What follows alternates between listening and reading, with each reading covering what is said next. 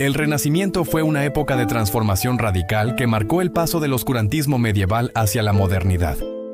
Inició en Italia a mediados del siglo XIV y se extendió por Europa hasta finales del siglo XVI. Pero, ¿qué provocó este renacer? ¿Por qué surgió precisamente en Italia? Para entenderlo, hay que remontarse al contexto de la época. Durante la Edad Media, Europa había estado sumida en un largo periodo de estancamiento intelectual.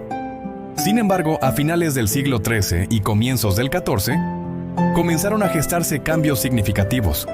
Italia, y en particular ciudades como Florencia, Venecia y Milán, se convirtieron en el epicentro de esta transformación. Una de las razones fue su posición estratégica como punto de intercambio comercial entre Oriente y Occidente, lo que permitió una gran afluencia de riqueza. Además, la creciente burguesía y familias influyentes como los Medici en Florencia impulsaron el patrocinio de artistas, pensadores y científicos. El término Renacimiento, que significa literalmente renacer, se refiere al redescubrimiento de las ideas, la filosofía y el arte de la antigüedad clásica.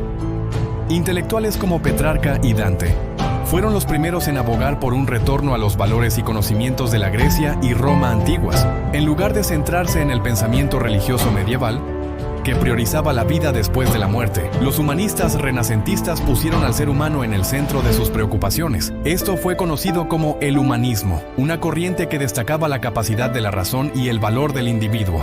El Renacimiento no se limitó solo a un redescubrimiento intelectual, sino que también abarcó una revolución en las artes y las ciencias. Un evento fundamental fue la invención de la imprenta por Johannes Gutenberg en la década de 1440.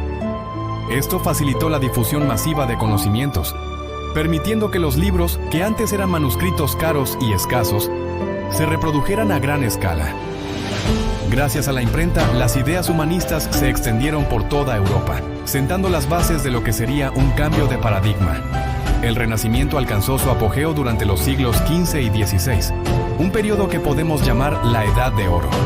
Aquí encontramos figuras que revolucionaron la forma en que entendemos el mundo. Leonardo da Vinci, uno de los mayores genios de la humanidad, encarnó el espíritu del Renacimiento.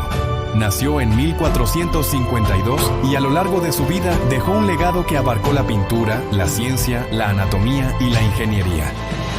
Obras como La Mona Lisa y La Última Cena no solo destacan por su maestría técnica, sino también por la profundidad psicológica que Leonardo imprimió en sus personajes. Sus cuadernos, llenos de bocetos e inventos, muestran la insaciable curiosidad de una mente adelantada a su tiempo.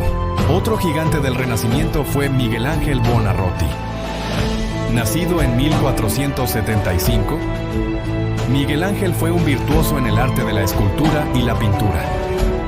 Su escultura del David simboliza el ideal renacentista de la perfección humana, mientras que los frescos de la Capilla Sistina en Roma se consideran algunas de las obras más impactantes en la historia del arte. Miguel Ángel no solo dominó el arte, sino que también dejó su huella en la arquitectura con la cúpula de la Basílica de San Pedro.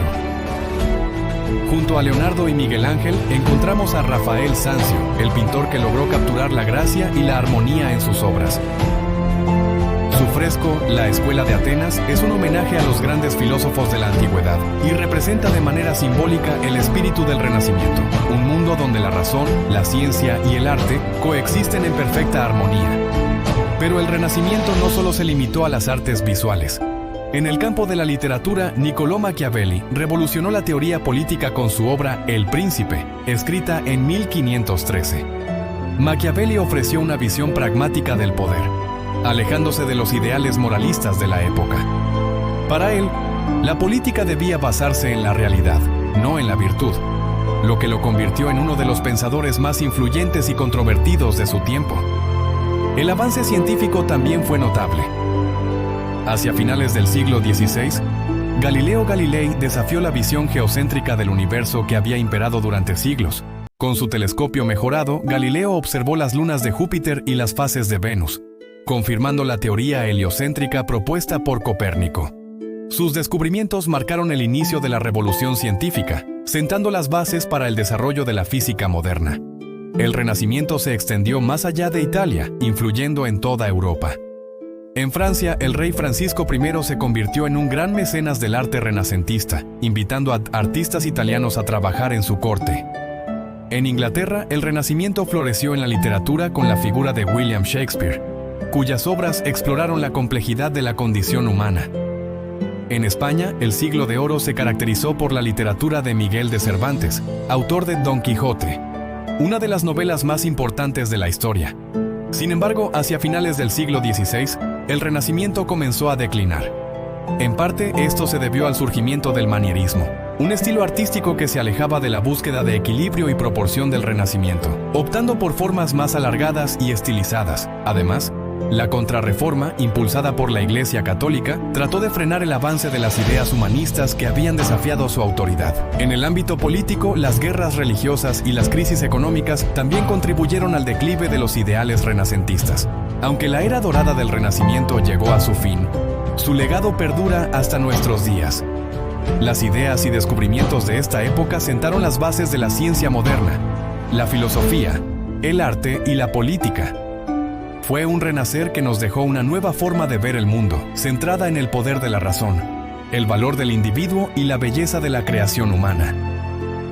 El Renacimiento no fue simplemente un periodo histórico, fue un punto de inflexión que llevó a la humanidad a una nueva era de descubrimientos y posibilidades. Y aunque sus protagonistas ya no están con nosotros, sus obras y su legado siguen iluminando nuestro presente.